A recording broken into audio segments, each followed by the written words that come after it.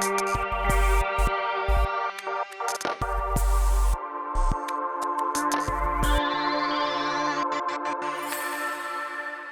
the caption for this photograph is Abolitionist Frederick Douglass by the table on the left.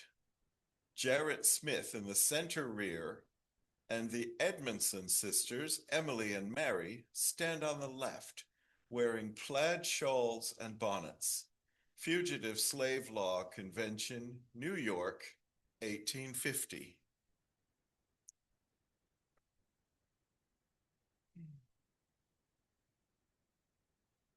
There are so many things I could say to introduce Dan Gribbin, our speaker.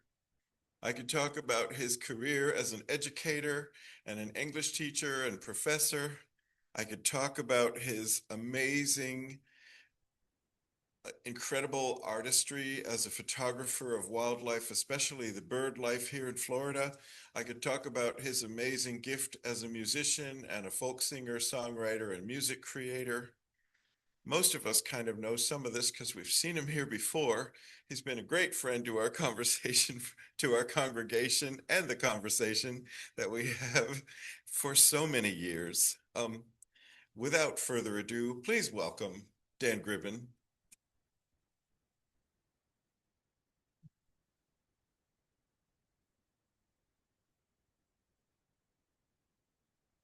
Thanks. I'm really happy to be with you.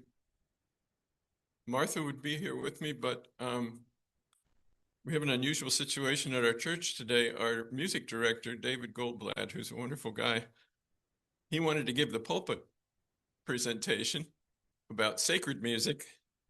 And Martha's heard me on many occasions, but she's never heard David talk about sacred music from the pulpit. So I lost this round badly.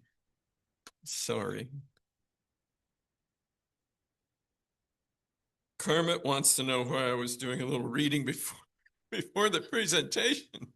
But I have this is a new edition of Frederick Douglass's 1845 autobiography. He called it The Narrative of the Life of Frederick Douglass. And there were a couple of things in here that I looked at just yesterday or the day before that I thought I would share to preface my prepared comments. And one is, slaves sing most when they are most unhappy. The songs of the slave represent the sorrows of his heart. I thought that was worth sharing. And maybe just one other comment here. Yeah, this has always stuck in my mind. He was brought from Baltimore, where he spent several years, learned to read and write while he was in Baltimore, doing some difficult work caulking the outer wood on ships in Baltimore Harbor. Then he was taken by a sailboat to this farm where he became a field hand.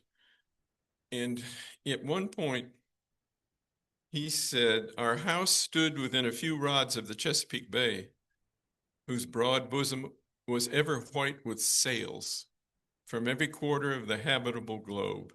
Those beautiful vessels robed in purest white, so delightful to the eye of free men, were to me so many shrouded ghosts." He knew that they were free to travel to the ends of the earth, and he couldn't be on one. Ultimately, when he did escape, and he didn't write about that in here because he didn't want to tip to the authorities how he escaped, but I'm sure that he ended up in a sailboat as he went to Philadelphia. So that would be a very positive thing for him. Frederick Douglass was born on a farm to an enslaved woman. He was never sure exactly what year it was, but people have tried to pinpoint it, and it was probably 1818, the year that he was born.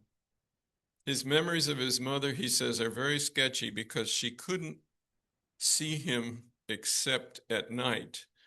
During the day, she had to be working when he was a baby. She came by night to nurture and comfort him as best she could, and then she was sold away from that farm. So he was separated from his mother very early. This account of his life that he wrote in 1845, now he wrote two more autobiographical books, but this was his first one, helps us to understand how unlikely it was that he ever survived life as a slave. And more about that in a minute. William Lloyd Garrison was the leading abolitionist of the day, and he was referring to Douglass when he said, "A slave is a piece of property, a beast of burden." The cattle, oxen, and horses on a farm were treated much better than the slaves in most cases. That degree of care didn't extend to Frederick Douglass. The miracle of his survival extended to his being sent to the farm of a notorious slave breaker. At a certain point, it's not that he had been a terrible person and got condemned to go to this slave breaker named Covey, but he was, I think he was an imposing young man, and they decided that Covey would break his spirit. Covey abused him mercilessly right from the beginning. Eventually, it's really painful to read about him getting injured so that he was all bloody.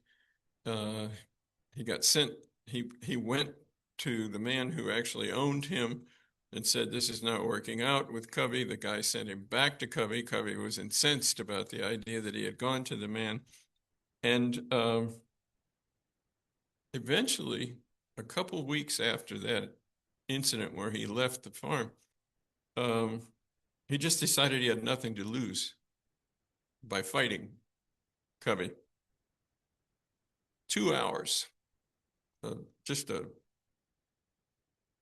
brawl that nobody wanted to stop because they didn't want to ultimately be punished by Covey. And so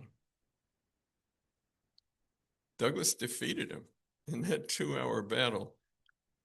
Now, Covey could have immediately turned him into the authorities and had him either whipped to an inch of his life or actually killed, because if a slave rebelled against his master, he could by law be killed. And Douglass never knew exactly why Covey didn't do that, but he suspected that Covey's reputation as a slave breaker depended so much on his dominating that he couldn't let it out that the fight had taken place of this sort. It was when Douglass was about 20 years old that he left Covey's farm and went to Baltimore. And for a while, he was just working in the household with a family there. And the woman who was the wife in that family was very good to him. And they got along fine. She started him a little bit on reading to him and so on. But her husband convinced her that being kind to a slave was exactly the wrong thing to do. And so she started treating him terribly, the way her husband did.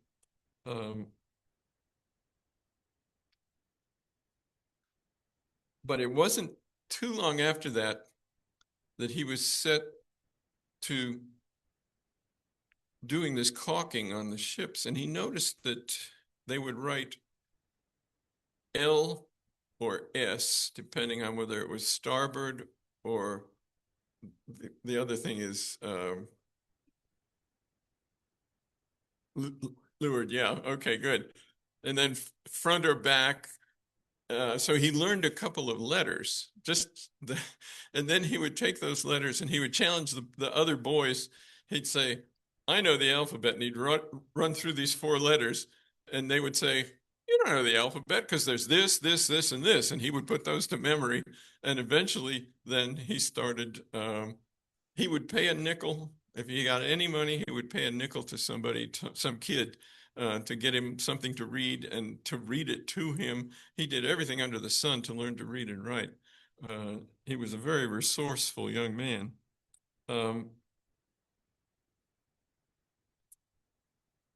At a gathering in Nantucket after he had escaped, he gave his first speech.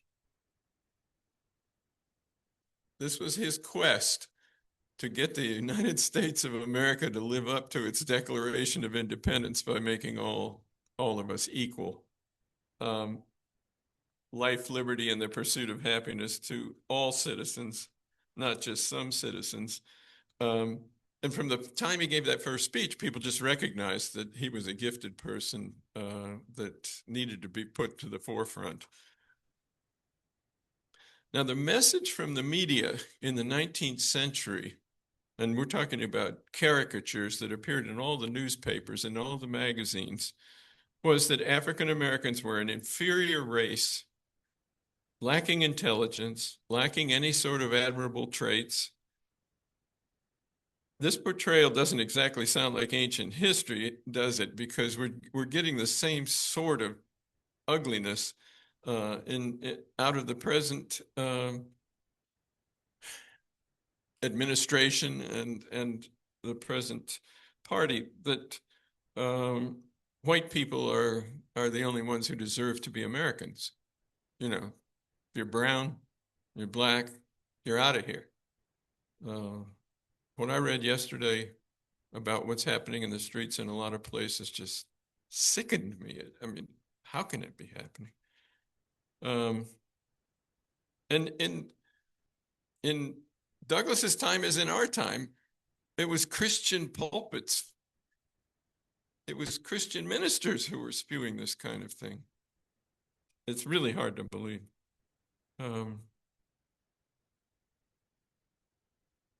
So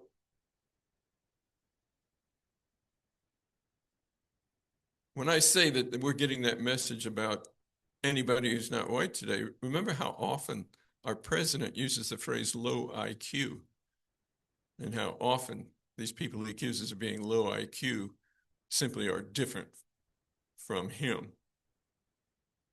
And if anybody in the administration is low IQ, well,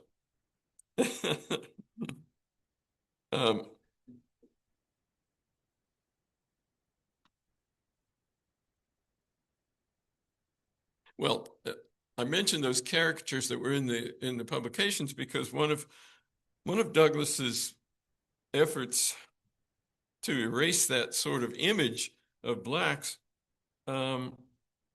was to speak and offer himself as an example of someone who knew what it was like to be a full human being and was calling for the best in everyone. It was pretty hard to accuse blacks of being low IQ when you listen to Frederick Douglass. His consummate command of the language is praised by everyone, his razor-sharp intelligence.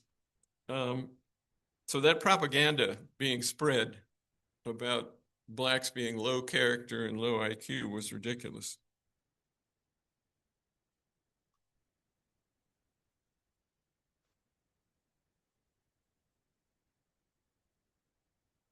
The Smithsonian Institution has been under fire lately, as you know, being called DEI. Lonnie Bunch III is the secretary of the Smithsonian Institution. He's been serving for 7 years. He's the first black man to have served in that capacity. And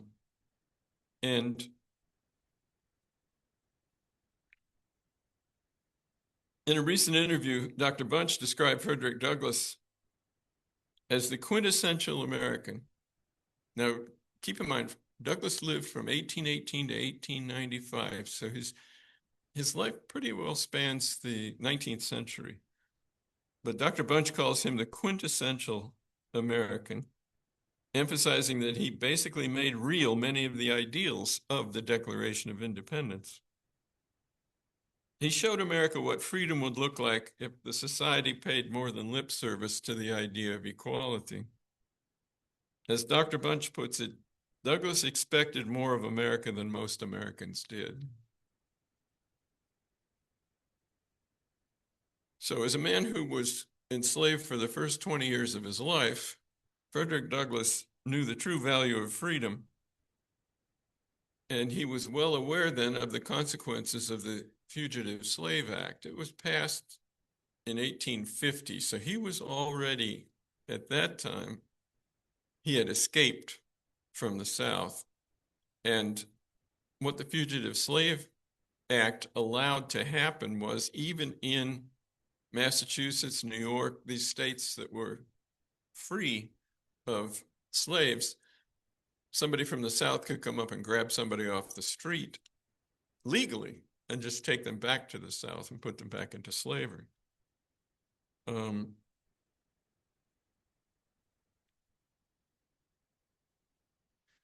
But one thing that in the 1840s that Douglass did, which I don't think most of us are aware of,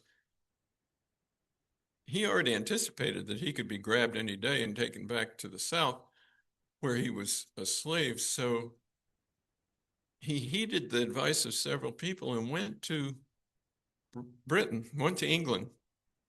While he was there, he so impressed everybody that they took up a collection to buy his freedom from his master back in Maryland, and they succeeded in that. So when he came back from England, he was a free man. When he returned, he began publishing a newspaper called the North Star, and this was a publication that came out of Massachusetts. New Bedford, Massachusetts is where I mainly live. But he felt he was competing with William Lloyd Garrison's Liberator publication. And so at a certain point, Douglass moved from New Bedford to Rochester, New York. And on July 5th, 1852, he was invited to deliver a 4th of July speech, an Independence Day speech in Rochester. Well, he was such a great orator that the house was packed. I doubt they had air conditioning, so it must have been a fairly warm, packed house. He delivered the speech that one biographer has called perhaps the greatest anti-slavery oration ever given. Recently, I read Jamel Bouie's column in the New York Times. He called it history's most famous condemnation of the United States of America. Condemnation for the obvious hypocrisy of claiming to honor liberty and then denying it to millions of its citizens. Remember, he was asked to speak on the 4th of July. That 1852 speech is usually referred to in terms of one ringing phrase that Douglass included in it, which is, "What to the slave is the 4th of July?" At the time, the country was celebrating 76 years of independence. This is 1852. But Douglass stated, "I am not included within the pale of this glorious anniversary. Your high independence only reveals the immeasurable distance between us. The rich inheritance of justice, liberty, prosperity, and independence bequeathed by your fathers is shared by you, not by me. The sunlight that brought life and healing to you has brought stripes and death to me. This 4th of July is yours, not mine. You may rejoice. I must mourn. To drag a man in fetters into the grand illuminated temple of liberty and call upon him to join you in joyous anthems were inhumane mockery and sacrilegious irony." Those are quotes from his speech. So he had no intention of keeping a low profile that day or paying lip service to joyous anthems from the podium. Instead, he was on a quest to deliver a message to the United States of America. And in that speech, he challenged his listeners as follows: go where you may, search where you will, roam through all the monarchies and despotisms of the old world, travel through South America, search out every abuse. And when you have found the last, lay your facts by the side of the everyday practice of this nation. And you will say with me that for revolting barbarity and shameless hypocrisy, America reigns without rival.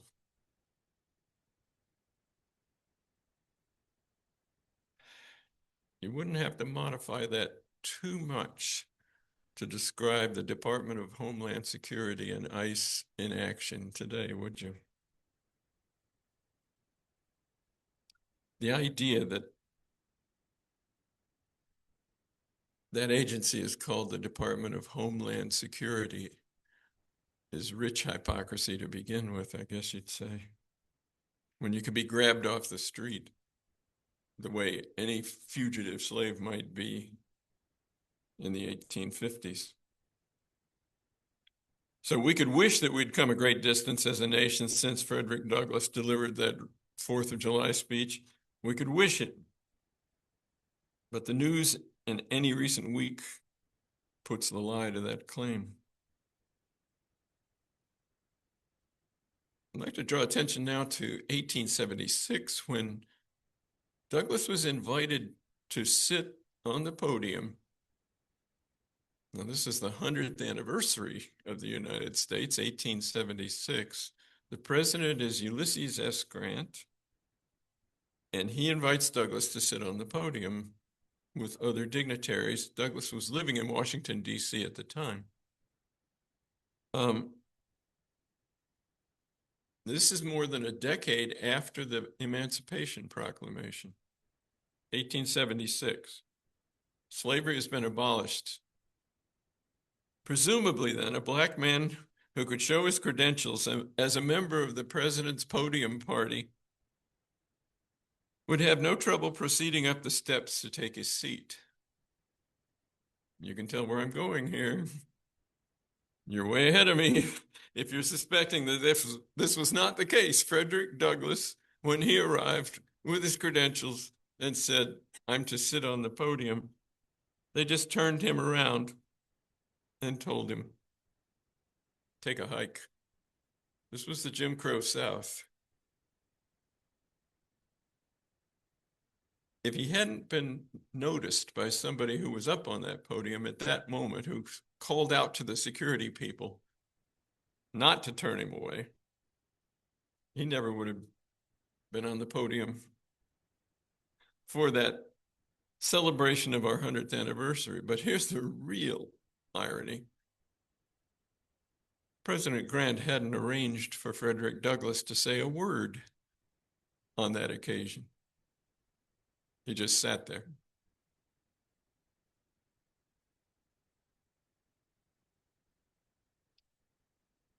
Now, one thing that is interesting, and you saw in a number of photographs here, his image.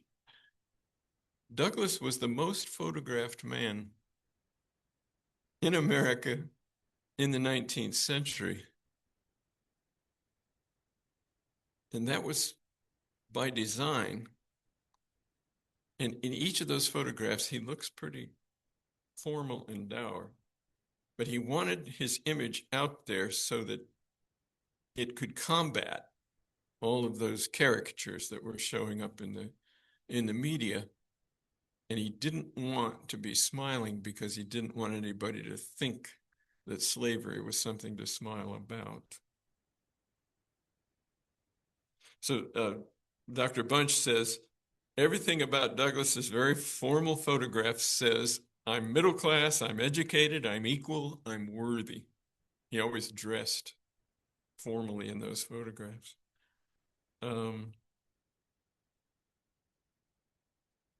Photography was a new medium in the 19th century.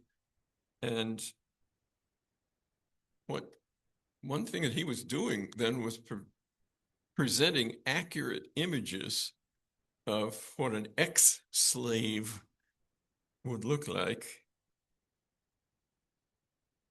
to give the larger public a sense of the reality, which they weren't getting from the newspapers and the magazines and the orations from the South, and that is that these were people who were worthy of being your equals in America. These were people who were willing to be granted full rights. Now, great strides have been made since those times, certainly. But consider how much the propaganda that we've been subjected to over the last few years is delaying what could be our greatness, is delaying our embrace of people coming into this country. People are being pushed out of America by the hundreds of thousands right now, back to areas which are dangerous to them. And what time is it? When is November 6th? Please, please, if we could get the clock to just hustle a little bit, I think we'd all be a lot better off.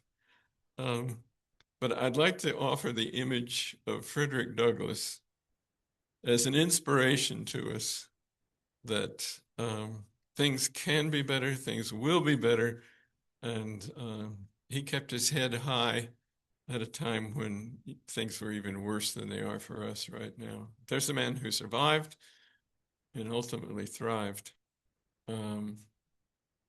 by standing up and saying, I'm your equal. I want you to recognize it.